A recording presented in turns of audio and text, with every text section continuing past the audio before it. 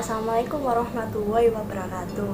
Nah, sebelum kita membahas ke materi yang selanjutnya, kita perkenalan dulu ya. Perkenalkan, nama saya Angelika Risasari dari kelas A Pendidikan IPS dengan NIM 210102110092. Nah, di sini saya akan menjelaskan salah satu materi dari mata kuliah Sejarah Peradaban Islam tentang sejarah Daulah Mughal di India.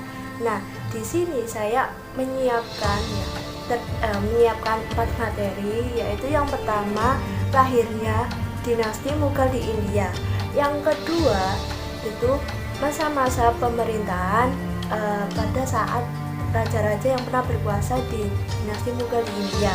Yang ketiga yaitu masa kemajuan atau masa kejayaan dinasti Mughal di India, dan yang terakhir yaitu masa kemunduran dinasti Mughal di India.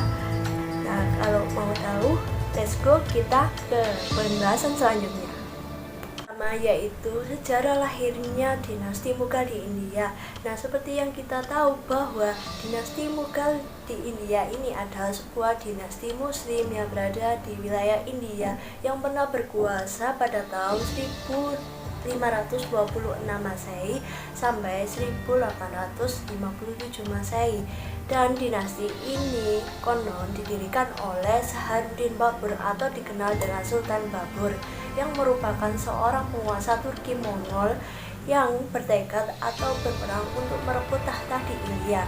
Nah, pada awalnya ini Sultan Babur adalah seorang penguasa kecil yang berhasil menguasai wilayah Afghanistan, Uzbekistan, dan Tajikistan.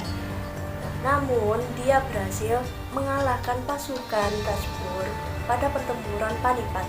Nah, setelah itu dia mendirikan kerajaannya di wilayah India dan mengangkat dirinya sebagai kaisar atau kesultanan, atau biasanya kalau di Islam biasanya menyebutnya adalah sultan. Berikut ini adalah masa-masa pemerintahan raja-raja yang pernah berkuasa di dinasti Mughal. Yang terakhir yaitu masa kemajuan dan juga kemunduran dinasti Mughal di India. Nah, disinilah kunci sukses dan juga kelemahan dari setiap dinasti tersebut dapat dilihat dari segi kemajuan dan juga kemunduran selama masa kekuasaannya. Berikut ini ada beberapa contoh kemajuan dan kemunduran dari dinasti Mughal di India. Yang pertama, dari kemajuan dilihat dalam bidang seni, budaya, dan pengetahuan. Ini dinasti Mughal ini mencapai puncaknya kemajuan seni dan budaya India. Mereka ini membangun berbagai bangunan megah seperti Taj Mahal, Humayun Tomb, dan Agra Fort. Mereka juga menopang seni lukis miniatur dan tekstil India. Nah, dalam pengetahuannya, Akbar ini telah menjadikan 3 bahasa sebagai bahasa nasional, yaitu bahasa Arab, bahasa Turki, dan bahasa Persia.